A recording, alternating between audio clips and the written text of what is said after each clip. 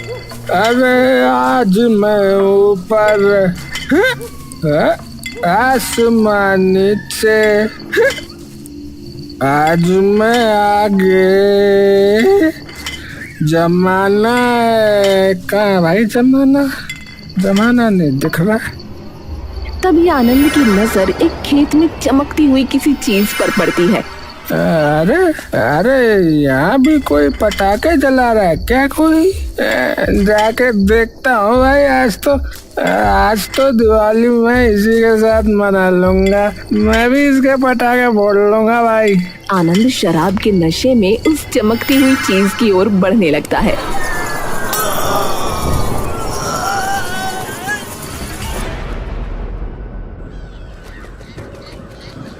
सूरज चढ़ते ही खेतों में किसानों का आना शुरू हो जाता है।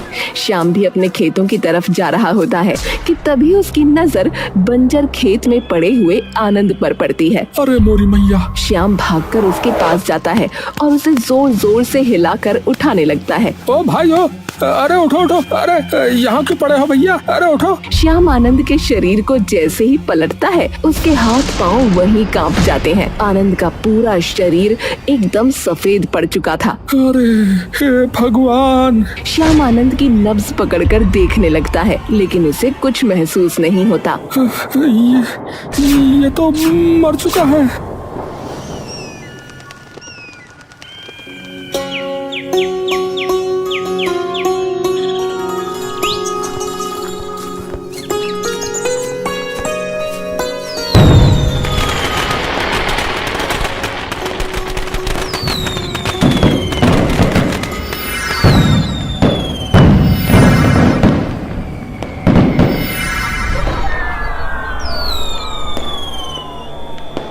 पापा पापा। हाँ बचुआ बोलो। पापा ये जो फूल वहाँ है वो कौन सा फूल है और वो अकेला वहाँ क्यों खड़ा है? अरे वो वाला, वो अरे उसे कहते हैं राजदार फूल। हाँ राजदार का फूल? हाँ भाई। क्यों पर? क्योंकि इस फूल को इस गांव के सब राज पता है, इसीलिए। पूरे गांव के राज? हाँ भाई हाँ बिल्कुल। तो पापा मैं उसे तोड़ लूं? अरे अरे नहीं बचुआ नहीं, वहाँ कभी मत जाना, ठीक है? कभी मत जाना वहाँ। पर क्यों? अरे क्योंकि उस फूल के पास जाने से बच्चों की तबीयत खराब हो जाती है बचुआ, समझे? सच में? हाँ तो मुझसे वादा करो कि वहाँ नहीं जाओगे कभी। वादा करो, करो वादा। ठीक है, पर आपको मुझे फिर कल समोसे खिलाने पड़ेंगे। समोसे? सोचेंगे, पर चलो खा लेना भाई तुम समोसे, ठीक है? ठीक है फिर, वादा। दिवाली के अगले दिन जब बिरजू अपने पिता का खाने का डिब्बा उनके पास खेत में लेकर जा रहा होता है तभी उसकी नजर फिर उसी खेत पर पड़ती है। इस बार वो फूल वहाँ नहीं होता। अरे वो फूल कहाँ गया? बिरजू थोड़ी देर उस बंजर खेत की ओर देखकर फिर अपने पिता के खेत की तरफ चल पड़ता है। पापा पापा। बिरजू दूर से रविंदर की तरफ हाथ हिलाता है। रविंदर उसे हाथ उठाकर रुकने को बोलता है।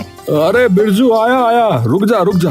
रविंदर अपनी कुदाल एक तरफ टिकाकर बिरजू की तरफ आने लगता है। हाँ बिटुआ बोलो, फिर आज क्या ले आया खाने में बता? माँ ने आज हरा साग और बाजरे की रोटी बनाई है। अरे वाह भाई वाह, आज तो मजा ही आ जाएगा। रविंदर बड़े चाव से हरा साग और बाजरे की रोटी खाने लगता है। अरे तू भी बैठ जा, आजा। नहीं नहीं पापा, मैं तो खा के आया हूँ। खा के आया हूँ? अच्छा, ऐसी कितनी रोटी खा के आया है तू भाई? 4। अरे धत तेरे की, बस 4? अरे जब मैं तेरी उम्र का था ना बछुआ, तब मैं 10-10 रोटियां तो एक ही बार में खा जाया करता था। हाँ कुछ भी पापा। अरे लो, अब मान ही नहीं रहा। अरे सच्चे कह रहा हूँ मैं। हाँ अच्छा हाँ, एक बात याद आई पापा, आज जब मैं आ रहा था तो मुझे उस खेत में वो फूल नहीं दिखा। वो कहाँ गया? वो फूल? अरे अब तो दिवाली चली गई ना। तो अरे तो राजदार फूल बस छोटी दिवाली और बड़ी दिवाली पर ही खिलता है बछुआ। बड़ा न्यारा फूल है। इस फूल के बारे में तो कभी हमारे स्कूल में भी नहीं पढ़ाया बापू। अरे इसलिए नहीं पढ़ाया होगा क्योंकि ये फूल जो है वो बस इसी गांव में उगता है। हाँ बड़ा ही तगड़ा जादुई फूल है, पर ये यहीं क्यों खिलता है? और इस फूल को पूरे गांव के राज कैसे पता है? अब ये तो मुझे नहीं पता, पर तू इतना क्यों पूछ रहा है? ऐसे ही।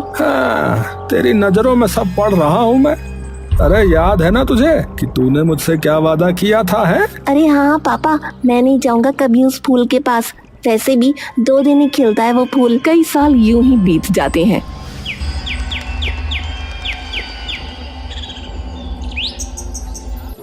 और कुछ सालों में देखते देखते बिरजू भी जवान हो जाता है। एक दिन बिरजू आंगन में टहल रहा था कि तभी उसकी माँ उसके पास 2 खाली घड़े लेकर आती है।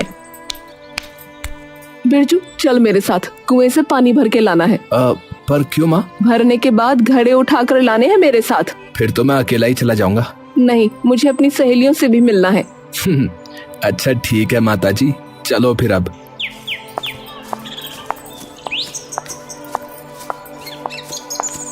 दोनों माँ बेटे कुएं से पानी भरने आते हैं, लेकिन जैसे ही वो वहाँ पहुँचते हैं उन्हें पता लगता है कि कुएं की चरखी टूट चुकी है। रस्सी खुरदुरी लकड़ी पर रगड़ खा रही है और बाल्टियाँ आधी खींचते खींचते फिर नीचे गिर जाती हैं। ए बिंदिया, ये क्या हुआ? अरे पता नहीं, सुबह आए तो उसकी चरखी टूटी मिली, बाल्टी पूरी चढ़ ही नहीं रही। अरे बाप रे, पूरा दिन लग जाएगा पानी भरने में ऐसे तो। अब क्या करें? कल लोहार को बुलाना पड़ेगा, वरना कैसे चलेगा? हाँ, जब तक ठीक नहीं होगा तब तक सबको यही झंझट झेलनी पड़ेगी।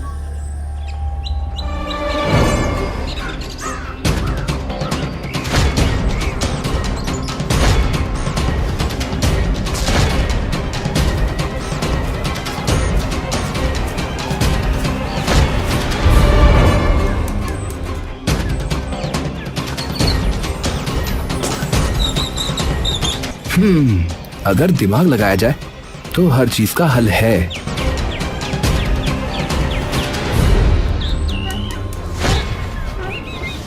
हाँ, अरे वाह, ये तो चल भी रहा है। अरे मौसी, सोच बड़ी होनी चाहिए। चीज छोटी है या बड़ी उससे फर्क नहीं पड़ता। अरे वाह अनीता, तेरा बेटा तो बड़ा होशियार निकला, कमाल कर दिया। बिरजू की माँ प्यार से उसके सर पर हाथ रखती है। वो तो है। अब उम्र के साथ साथ बिरजू की उत्सुकता भी बढ़ती जाती है। वो पिछले 9-10 सालों से उसी फूल को हर दिवाली पर खिलते देखता और हर बार यही सोचता कि इस फूल का राज असल में है क्या। जब बिरजू 19 साल का हो गया तो एक बार फिर वो दिवाली पर अपने दोस्त बिट्टू के साथ उस फूल को देखने जाता है। बिट्टू और बिरजू 2 साइकिलों पर जा रहे हैं। यार एक बात बता यार, ये कैसे पता इन सबको कि ये फूल जादू है यार? ये गांव वाले कैसे जानते हैं राज, मतलब इस फूल का? अरे यार, सभी गांव वाले न जाने कितने समय से बोलते आ रहे हैं, तो वो गलत थोड़ी बोल रहे होंगे। अरे यार, तो गांव वालों को क्या पता यार, बोलना है। कभी कोई उसके पास गया तो है नहीं, डर के मारे ऐसे ही बोल देते हैं, सब गप मार देते हैं। अच्छा सुन, उस दिन पता है वो सरपंच क्या बोल रहा था कि पीपल के पेड़ के नीचे ना एक चुड़ैल बैठती है रात को। मैं गया तो पता है क्या देखा मैंने? क्या देखा भाई? अरे सरपंच की खुद की माता जी बैठी थी वहाँ। हाँ, बेवकूफ अपनी माँ की परछाई से डर गया। तू कह रहा है इन्हें पता है सब ये राजवाज है। बिट्टू और बिरजू की साइकिल उस बंजर खेत के सामने आकर रुकती है। दोनों उतरकर सामने के खेत की मेड़ पर बैठकर उस फूल को ध्यान से देखने लगते हैं। बिरजू के मन में व्याकुलता तो खूब होती है, पर उसके पास उतनी ही समझदारी होती है। ओए बिरजू, यार चलना यार, एक बार चल के देखते हैं यार। और तू तो यार वैसे भी बहुत समझदार है, तो अगर कुछ होगा भी तो तू संभाल ही लेगा यार। अरे तू पागल है क्या यार? मैं 10 साल का था जब मैंने पिताजी को वादा किया था कि मैं कभी नहीं जाऊंगा इस फूल के पास, चाहे कुछ भी हो जाए यार। अरे यार, पर कुछ हुआ भी तो हो। मैंने तो कभी कुछ नहीं देखा। तो ठीक है यार, तू बैठे रहे, मैं तो जा रहा हूँ देखने। मैं जा रहा हूँ यार। बिट्टू उठकर फूल की तरफ जाने लगता है कि तभी पीछे से बिरजू उसका हाथ पकड़ लेता है। अरे यार, दिमाग सरक गया है क्या तेरा? है, चुपचाप बैठ जा इधर पर, बता रहा हूँ। अरे कुछ नहीं होगा यार, कुछ नहीं होगा। ये सब बात है ना गप फैला रखी है इन गाँव वालों ने। ऐसी तो पता नहीं कितने फूल उगते हैं अपने आप से, पर कोई मरता थोड़ी है उनके पास जाने से यार, बता। और मैं तो बस एक ही बार पास जाकर के देखूंगा बस। अरे यार, तेरा दिमाग खराब हो गया क्या? तू चल यहाँ से, एक काम कर, वरना यहाँ बैठा बैठा बस फालतू में अपना दिमाग ही चलाता रहेगा। अरे कुछ नहीं होगा यार, तू छोड़ यार, मैं जा रहा हूँ। बिट्टू अपना हाथ छुड़ाकर उस फूल की ओर दौड़ने लगता है। पीछे से चीख कर बिरजू उसे खूब रोकता है, मगर बिट्टू के कानों में बिरजू की एक बात नहीं पड़ती। अरे बिट्टू, अरे यार वापस आ जा यार। अरे तुझे कुछ हो गया तो यार दिक्कत हो जाएगी यार, समझा कर यार। तेरे माँ बाबूजी को क्या बोलूंगा मैं, बता। अरे कुछ नहीं होगा यार, कुछ नहीं होगा, तेरे भाई को देखता जा, तू देखता जा। बिट्टू उस फूल के एकदम पास जाकर उसे गौर से देखने लगता है। अरे बिरजू, ओए, अबे आजा इधर, अबे देख मैं खड़ा हूँ इस फूल के पास में, देख कुछ हो रहा है, मुझे कुछ हो रहा है, देख। अरे यार ये मरवाएगा मुझे भी यार। बिट्टू उस फूल के और पास जाता है और उसे सूंघने लगता है। बिरजू ये देखकर एकदम से चीखने लगता है। अबे अबे मरेगा क्या, अबे दूर हो जा से, अबे क्या कर रहा है तू। बिट्टू तभी बिरजू की ओर पलटता है और हंसते हुए उसकी तरफ आने लगता है। अबे अबे मैं कह रहा था ना कि मुझे कुछ नहीं होगा, देख कुछ हुआ, मुझे कुछ हुआ। बिट्टू को बेहोश देख बिरजू का कलेजा फट पड़ता है। वो तुरंत दौड़ता हुआ बिट्टू के पास जाता है और उसे उठाने की कोशिश करने लगता है। बिट्टू, ओए बिट्टू, अरे उठ यार। हे भगवान, इसे बोला था मैंने कि मत जा मत जा, अब हो गया ना विनाश। अब क्या करूं। हाँ, सबसे पहले तो इसे घर लेकर जाता हूँ। हाँ। बिरजू बिट्टू को साइकिल पर लाद कर उसे अपने घर ले जाता है।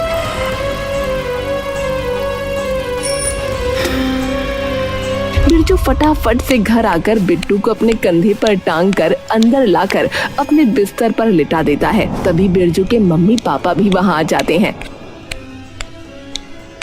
और बिट्टू को इस हालत में लेटा देख उनके होश उड़ जाते हैं। अरे क्या हुआ इसे।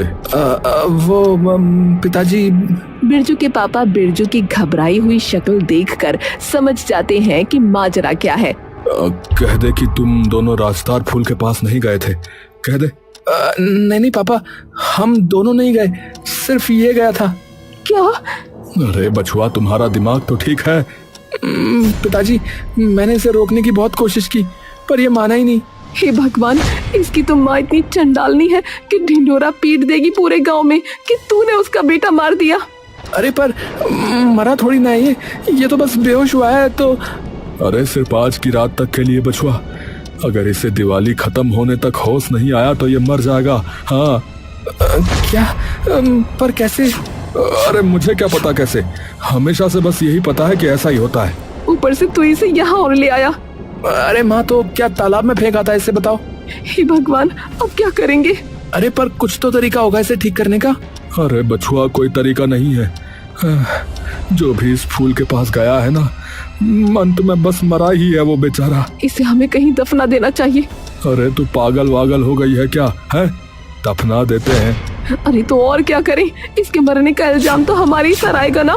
अरे आप रुको यहीं और इसका ध्यान रखना, मैं कुछ उपाय ढूंढता हूँ। बछुआ देख, कुछ भी हो जाए तू उस फूल के पास मत जाना, ठीक है, समझा?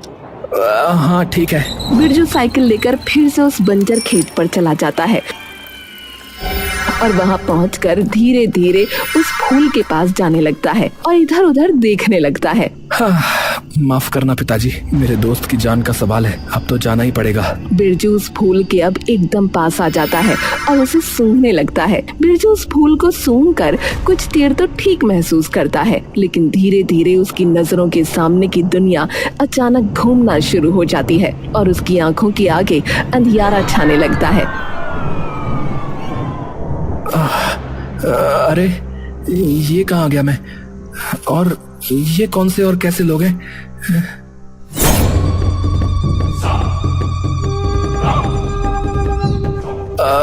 आप लोग कौन हैं और मैं कहाँ हूँ? शांत, हम सब जानते हैं कि दुश्मन राज्य का गुप्तचर यहाँ आया है। तुमसे पहले एक और गुप्तचर हमें यहाँ मिला है। मतलब बिट्टू? हाँ, तो मतलब तुम उसे जानते हो? हाँ, पक्का, फिर तो तुम भी गुप्तचर हो। बताओ, कौन से राज्य से यहाँ आए हो? विषमगढ़ से या त्रिकाल वाली से? बताओ। क्या? अरे कौन सा राज्य, कैसा राज्य? मैं तो लेखू गांव से आया हूँ। कमाल है, वो भी यही कह रहा था। आप मुझे उसके पास लेकर जा सकते हैं क्या? चिंता मत करो, पहले तुम्हें महाराज के सामने पेश करेंगे, फिर उसके साथ ही तुम्हें कैद खाने में बंद कर देंगे। बिरजू बेफिक्र होकर उठकर उनके सामने सीना तान कर खड़ा हो जाता है और एक सैनिक का भाला पकड़कर छीन लेता है। हाँ, तुम बौने कैद करोगे मुझे? एक फूंक में उड़ा दूंगा तुम्हें तो। सैनिक अपने एक हाथ से उसका गिरेबान पकड़ता है और उसे उठाकर पटक देता है। हाँ, अब बताओ क्या कह रहे थे? अरे मैं तो इन्हें कमजोर मान रहा था, पर ये बौने तो महाबली निकले। अरे ये तुम्हारा राजमहल, ये इतना गरीब राजा है तुम्हारा कि गुफा को महल बोल रहा है? अगर हमारे महाराज का अपमान एक बार और किया ना तो ये भाला देख रहे हो तुम्हारे सीने में डाल देंगे। हाँ, माफ कीजिए, महल इस गुफा को पार करके आएगा। ए, तुम दोनों मशाले जलाओ। सैनिक मशाल जलाते हैं। सभी सैनिक मशाल लिए गुफा के अंदर घुस आते हैं। सभी लोग गुफा की बड़ी सूखी घास से गुजरकर आगे बढ़ने लगते हैं। ये घास तो एकदम सूखी है। मिल गई तरकीब। भाई साहब, क्या है? आपको तेल की बदबू आ रही है क्या? कहाँ से आ रही है? अरे हमारे पैरों के नीचे से। वो मेरी नाक तेज है ना, तो थोड़ी सी भी गंध मेरी नाक आसानी से पकड़ लेती है। आप एक काम कीजिए, मशाल मुझे दीजिए और आप एक बार नीचे घास को छू के देखिए कि तेल है या नहीं। हाँ, सही कहा। अरे बल तो पा लिया, पर अकल गधों वाली है। किसने सैनिक बनाया तुम्हें? और मैंने मशाल मांगी तो तुमने दे भी दी। अब चुपचाप मेरे हाथों की रस्सी को काट दो भाई। नहीं तो हम तीनों को जला देगा। नहीं, इस घास को। ये घास देख रहे हो, लंबी लंबी। अगर आग की एक लपट भी इस तक गई ना तो पूरी गुफा फिर भस्म हो जाएगी, समझे? कुछ ही देर में। सभी सैनिक एकदम से घबराकर एक दूसरे की ओर देखने लगते हैं। काटो ये रस्सी, मैं कहता हूँ। काट दो, नहीं तो जान जाएगी हमारी भी। सैनिक आकर बिरजू के हाथ पर बंधी रस्सी को काट देता है और बिरजू तभी वहाँ से फरार हो जाता है। बिरजू भागता भागता एक गांव में जा घुसता है जहाँ एक बड़ा सा पेड़ होता है। ओम नमो नारायण भगवते वासुदेवाय। इनसे पूछता हूँ, शायद इन्हें कुछ पता हो। बिरजू उन मुनियों की तरफ जा ही रहा होता है कि तभी उसका हाथ पकड़कर कोई उसे पीछे खींच लेता है। बिरजू एकदम से छटपटा जाता है। कौन हो तुम? अरे चिल्ला मत। मैं कुछ नहीं करूंगा तुम्हें, चिल्ला मत। अरे पर तुम हो कौन? अरे मेरा नाम आनंद है और मैं लेखो गांव से हूँ, समझा? क्या लेखो गांव से? मैं भी तो वहीं से हूँ। मतलब कि अरे हाँ, मैं भी उस राजदार के फूल के पास गया था। ओह अच्छा। तो तुम मुझे बता सकते हो कि ये कौन सी जगह है? मेरा दोस्त भी आज यहाँ पर फंस गया है, मुझे उसे बचाना है। अरे भाई सुनो, ये जगह ब्रह्मगिरी राज्य है, पर जिस गाँव में तुम अभी हो ना वो इस राज्य से थोड़ा अलग है और दूर भी। ये गाँव किसी राज्य में नहीं पड़ता। यहाँ सिर्फ साधु संत और ब्रह्म ऋषि रहते हैं। और ये जो पेड़ देख रहे हो ना, यह है राजदार का पेड़, जिसकी नींव इन ऋषियों के पुरखों ने ही रखी थी। क्या राजदार का पेड़? तो इसी पेड़ का वो फूल है? हाँ भाई हाँ, लेकिन आज रात को इस पेड़ को ब्रह्मगिरी राज्य के कुछ लोग काटने वाले हैं।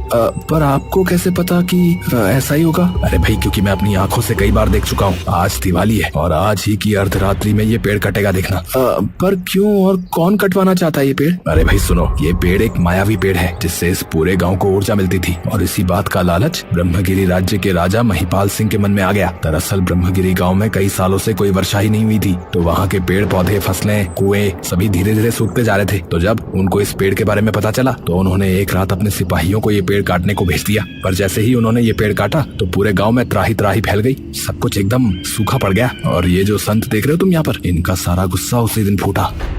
ओम नमो नारायण भगवते वासुदेवाय। ओम नमो नारायण भगवते वासुदेवाय। ओम नमो नारायण भगवते वासुदेवाय।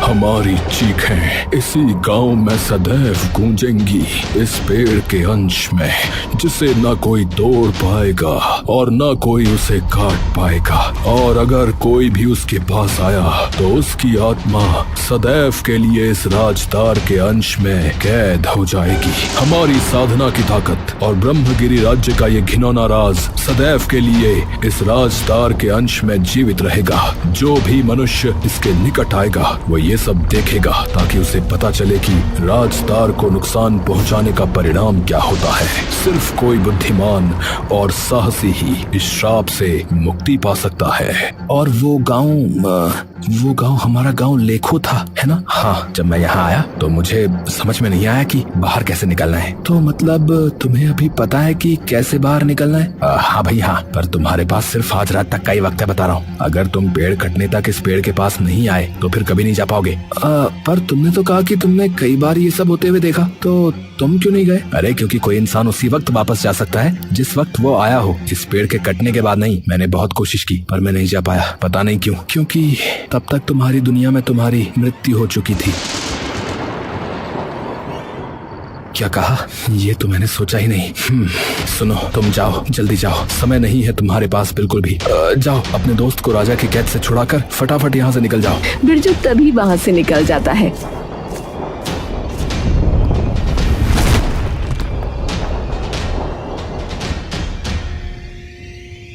अगर सीधे गया तो मैं पकड़ा जाऊंगा, दिमाग लगाना पड़ेगा। सोच बिरजू, कुछ तो सोच। बिल्ली अगर दूध के पास से निकले तो किसी को शक नहीं होता। बिरजू रसोई में चुपके से घुसता है।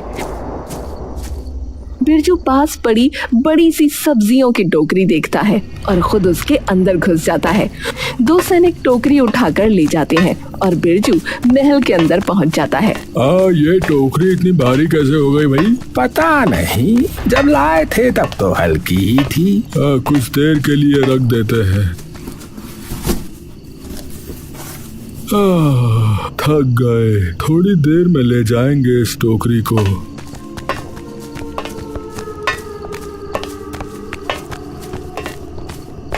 बिरजू तभी वहाँ से निकल जाता है और फिर काल कोठरी ढूंढने लगता है। वो काल कोठरी ढूंढ ही रहा होता है कि तभी उसे दो सिपाहियों की आवाज आती है। पूरे दिन पहरेदारी और फिर बंदियों को भोजन भी कराओ है? अरे हम सिपाही हैं, नौकर थोड़ा ही। अरे कोई नहीं भाई। उनकी बात सुनते ही बिरजू उनके पीछे पीछे दबे पांव चल देता है और आखिरकार काल कोठरी तक पहुंच ही जाता है। घुसते ही उसे बिट्टू एक अंधियारी सी कोठरी में बैठा दिखता है। बिरजू वहाँ चुपचाप खड़ा होकर उसे देखता है और पास की मेज पर चाबियों का गुच्छा पटक देता है। हाँ, मिल गया मौका। बिरजू तभी थोड़ी दूर जाकर दीवार पे जोर से हाथ मारता है और मुंह से अजीब आवाज निकालने लगता है। दोनों सिपाही आवाज सुनते ही एकदम चौंक जाते हैं और तुरंत सब कुछ भूलकर काल कोठरी से निकल जाते हैं। बिरजू मुस्कुराता है, तेजी से आगे बढ़कर चाबियां झपट लेता है। पल भर में ताला खोलकर वो बिट्टू को आजाद कर देता है। अरे बिरजू, अरे तू यहाँ? अरे यार, ये बता तूने ताला कैसे खोला? अरे भाई, पढ़ाई बेकार में थोड़ी ना की थी, पर चल अभी जल्दी से निकलना है यहाँ से। दोनों दबे पांव निकलकर अंधेरे रास्ते से भाग जाते हैं। खाली कोठरी देखकर पूरे राज्य को सतर्क कर दिया जाता है। सभी सैनिक महल से बिट्टू को ढूंढने के लिए रवाना होते हैं। बिरजू और बिट्टू सीधा उस पेड़ के पास पहुंचने ही वाले होते हैं कि तभी कुछ सैनिक उन्हें देख लेते हैं और उनका पीछा करने लगते हैं। बिट्टू और बिरजू अपनी पूरी जान लगा देते हैं। पेड़ उनसे कुछ ही दूरी पर होता है कि तभी कुदरत मानो अपना रंग रूप बदल देती है और उनके पैरों के नीचे की जमीन टूटने लगती है। अरे यार, अरे ये क्या हो रहा है यार? मुझको भूकंप आ रहा है क्या? बिट्टू अभी कुछ मत सोच, बस भाग यार, जल्दी। दोनों पेड़ के बिल्कुल पास पहुंच ही जाते हैं कि उनके पैरों तले की जमीन टूटकर बिखरने लगती है और वो दोनों वहीं उस असीम अंधेरी खाई के अंदर धंसने लगते हैं कि तभी दो हाथ आते हैं और उन दोनों को खींचकर सीधा पेड़ के पास खड़ा कर देते हैं। पिताजी आप? अरे तेरा ही बाप हूँ बिटुआ, मुझे क्या पता नहीं था कि तू क्या करने वाला है? पर कैसे? अरे तुम दोनों चलो पहले, चलो। तीनों उस पेड़ को छूकर अपनी आंखें बंद कर लेते हैं। बिरजू एकदम से आंखें खोलता है। उसके पापा उसके बगल में बैठे होते हैं। बन लिया हीरो है, बन लिया। अरे पर एक मिनट बिट्टू। दोनों फटाफट घर पहुंचते हैं। बिरजू सीधा अंदर भागते हुए पहुंचता है और देखता है कि बिट्टू घर के भीतर बैठा खाना खा रहा है। बन लिया हीरो है, बन लिया। अरे मुझे बता था यार कि मुझे कुछ भी हो गया ना तो तू बचा लेगा यार। अरे ये ले अचार खा। अबे वो तो खा लूंगा, पर तूने आज साबित कर दिया कि तू बैल बुद्धि है। पर चल, जैसा भी है मेरा दोस्त है।